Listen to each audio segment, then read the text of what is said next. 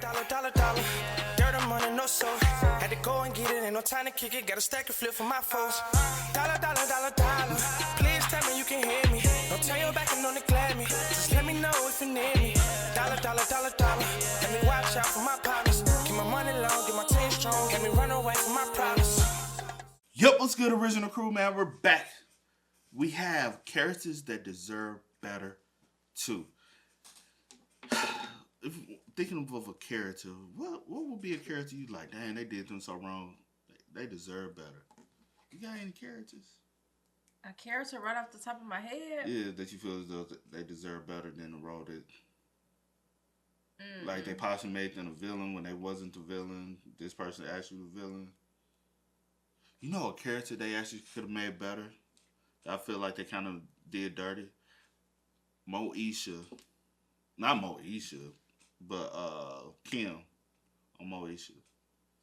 Because I think they could have did something better than that. And it was the times, though. And Steve Urkel. Just made him be the annoying, smart nerd, dude. Like, he could be a nerd, but he ain't got to be the annoying neighbor. You know what I'm saying? But I guess they add character to the... I don't know. What's the character that possibly could... I can't even... Off the top of my head... I can't even think of anyone.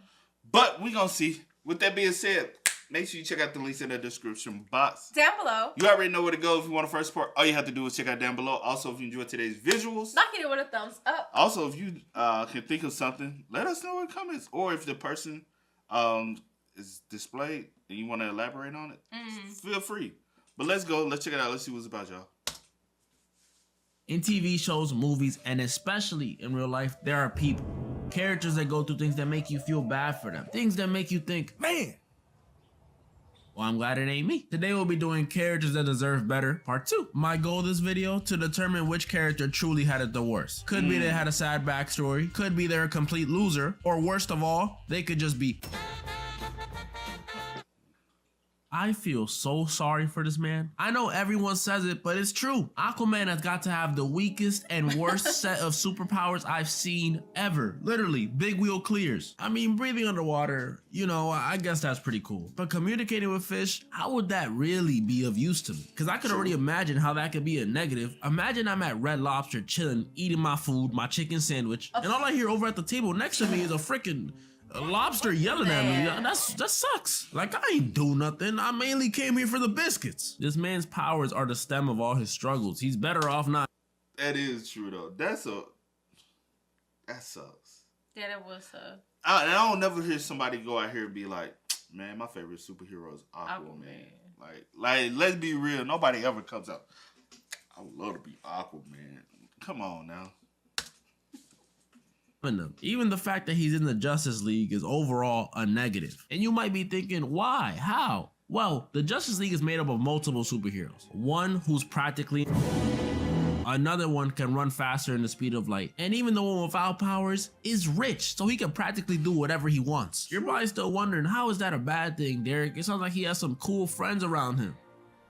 Do you know how hard it is to look cool with competition like that? This man's meet and greets must be dry as hell. Only people showing up are probably SpongeBob, Nemo, that one fish from Shark Tales. The rest of his fans are somewhere on a random beach flopping, just trying to get to the Comic-Con. You really gotta feel bad for this dude. Even on a day like Halloween, where people be dressing up as literally anything, I have yet to see someone dressed as Aquaman. I'm actually convinced it's never been done before. But you guys can try. Go ahead, try. Try and remember a time you were trick-or-treating or you were at school during Halloween and you saw someone dressed as Aquaman. I'm almost 1000% sure you didn't. And if you did, the person you saw was blind. He ain't know any better. But even though Aquaman's powers really suck, he still has friends and somehow a fan base who cares about him and respects him.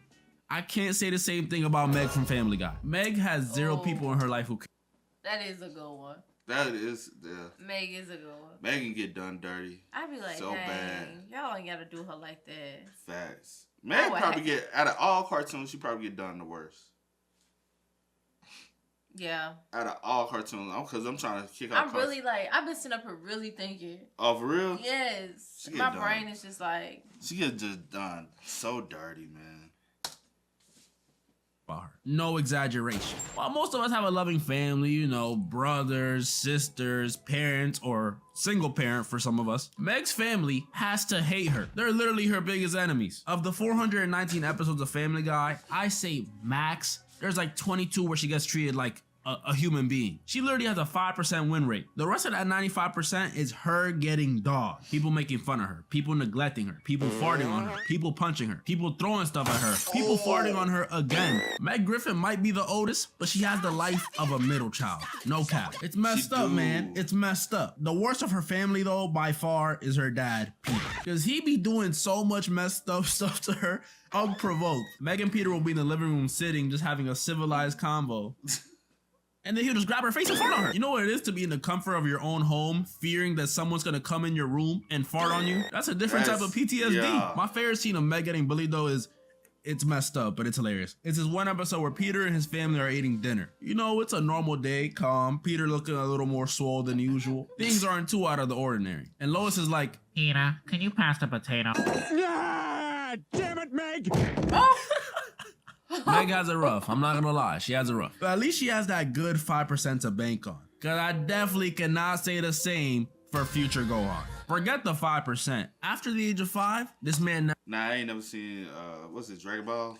Never watched Dragon Ball. Did you? Oh, yeah, you always said that's the one you used to watch. My bad. I'm sorry, y'all. Sorry. Say the same for future Gohan. Forget the 5%. After the age of 5, this man never saw a peaceful moment in his life again. It was just straight fighting to survive. Future Gohan is from future Trunks' timeline, where his dad got packed up by a heart virus, all his friends got eviscerated by the androids, and he was forced to be the sole defender of Earth, while at the same time helping Bulma raise Trunks. Do y'all know what it is to get jumped for 13 years straight by the same two people? Like, just think about that. Think. You could have a baby, raise the baby, put that same baby through kindergarten, put that same baby through elementary school, and by the time that kid was going to middle school, Gohan would have still been getting jumped for another 2 years. This is sad. That's why he would try so hard to make Trunks stronger, but Trunks was like 13. He couldn't get there. Messed up part is that he didn't even need Trunks to be stronger than the androids. He needed Trunks to be as strong as one so he wouldn't get jumped anymore. This ain't fair, man. It's not fair at all. This man is like 2018 LeBron. You can't say I ain't offer. I'm good. Sorry, y'all. But you can't say I ain't offer. You Petty. good? Huh? I say you petty. Well, let's go. If I'm petty, I just mean I'm being petty too. You petty. Get jumped anymore. This ain't fair, man. It's not fair at all. This man is like 2018 LeBron looking for some help. All he needs is some help. And all he got is a washed up J.R. Smith and a rookie Colin Sexton. Like, what are y'all doing out here? In the end, he ended up getting packed up just like his dad and his friends. So apple doesn't fall far from the tree. Left in a pool of his blood, sweat, and tears.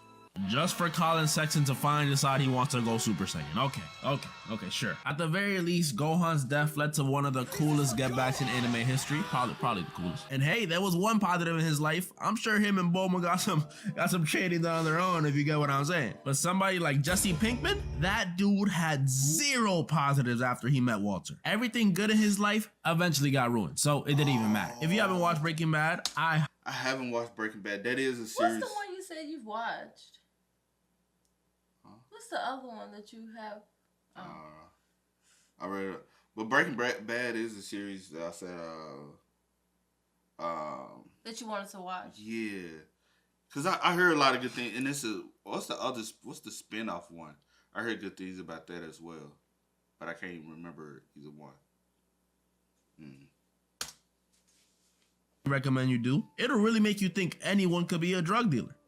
Maybe even me. Jesse spends a majority of the show just being manipulated by Walter. I say 90%. He cooked for him, distributed for him, covered up crimes for him, got beat up for him, murdered people for him. The list goes on and on. Really wouldn't be surprised if he gave him his Netflix and Hulu password too. All Jesse ever did was remain loyal to Walter. Be the best partner he could be. Pause. But Walter, y'all know if you watch the show, that man is a monster. In the end, to repay Jesse for all his loyalty, Walter showed him endless amounts of betrayal. And it all eventually boiled up to the season 5 episode, Ozymandias. Where after Jesse and Hank set up Walter to finally get him arrested, it all backfires. Literally. And it leads to Walter revealing all the messed up stuff he did to Jesse, and Jesse being sold off into literal slavery. But that's not the end of it. It gets worse. Because it turns out the people Jesse was sold off to aren't the best people. Let's just say they like German history and short mustaches a little too much. So it makes sense the night that Jesse tried to escape the compound and failed horribly. I mean, he was free for about 2 minutes. Those dudes were not about to give him a light punishment. And punish him they did, because to teach Jesse a lesson, they commit the most unnecessary act of violence in the whole show, in my opinion. Oh no! Just so you know, this isn't personal. The first time I watched this, I don't know. This was just way too far. They could have done anything else. Make him face the wall. Take the dude's phone away. Hit him with the belt if you gotta. But you ain't gotta go and murk his ex, dude. He was already down 1. And although Jesse's life with Walter may have sucked, it was only a few years. Come on, it wasn't that long. The final person I want to talk about has been getting cooked, roasted, made fun of for real life decades. And that's Yamcha from Dragon Ball Z. Yamcha has to be in the top 5 most bullied men in history. This man is seen as a loser in every corner of the internet. But that does make me really want to go watch Breaking Bad. I gotta see. What's that on? Think Netflix?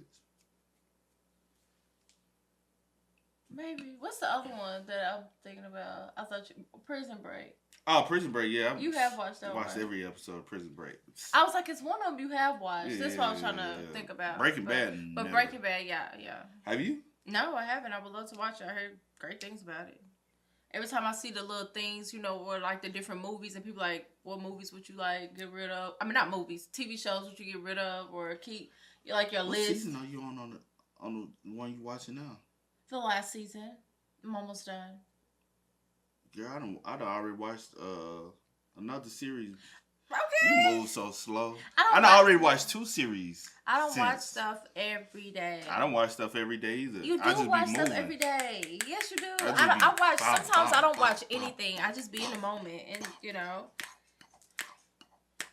I just be like this. But you always watching something. Is what I'm saying. Yeah, I'm always watching something. I don't. Some days I'm just like doing, like I'm not watching anything. I'm just listening to music. See, and I do that. You act like I don't do that. But I'm saying you like do I the music and the TV shows. I do the TV shows. Sometimes I'm on I just want to game. be like in peace and quietness. Sometimes I'm watching the TV show while playing the game and editing all at one time. Some days I don't feel like doing I be that. triple tasking. Y'all talking about, girl, I be.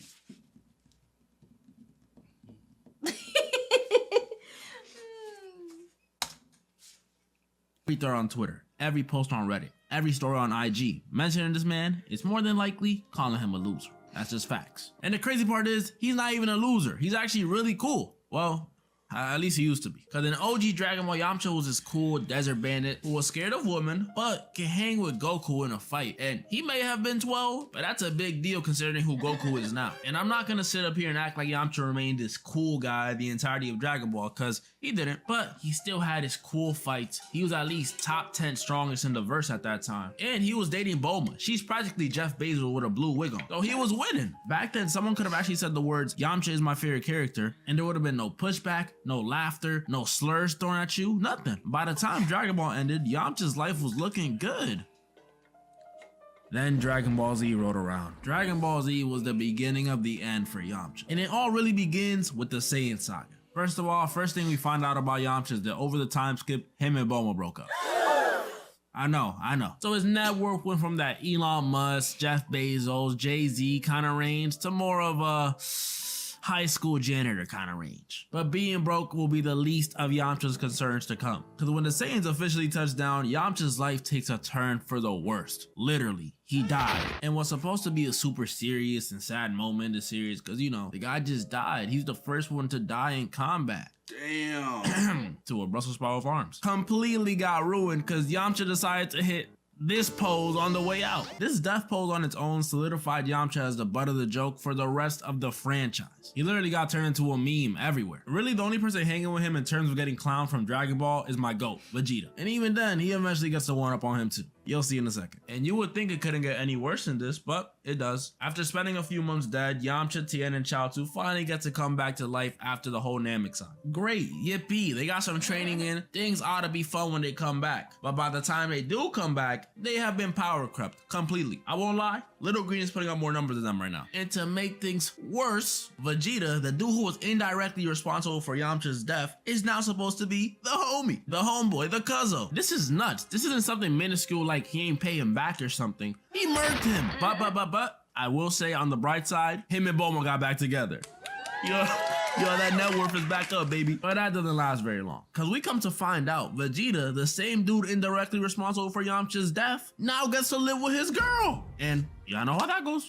Oh, that's fucked up. Oh, look. That's fucked up. This is actually so unfair to Yamcha, especially because him and Bulma breaking up initially was some baloney. Future Trunks tells us the reason they broke up is because Bulma got tired of Yamcha's unfaithfulness. Unfaithfulness? You talk about Yamcha? Aside from the fact that Vegeta has several accounts of genocide under his belt, which is objectively worse, you mean to tell me Yamcha, the man who was too scared to even be around women, cheated?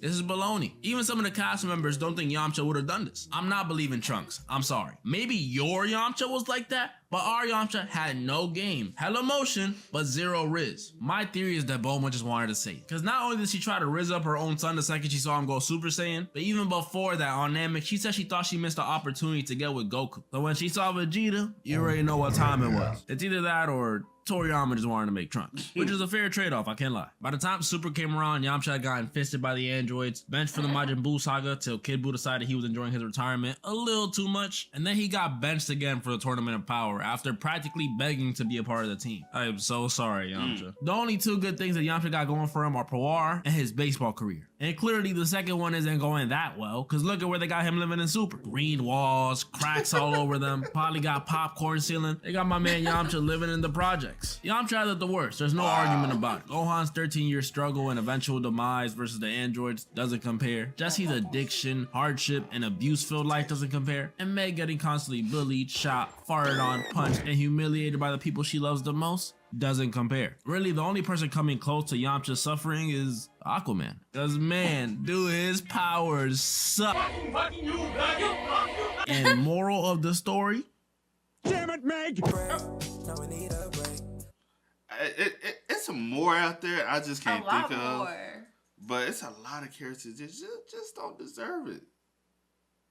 They really didn't deserve it.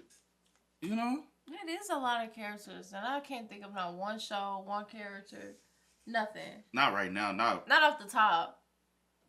Nah, not at all. But hey, man, with that being said, y'all spam us up in the comments, man. Y'all let us know your thoughts about it in the comment section down below. But as always, y'all know how it go, man. I do go by the name DJ New Kid. This is Sierra Code. We are. Had to go and get it, ain't no time to kick it. Got a stack and flip for my foes. Dollar.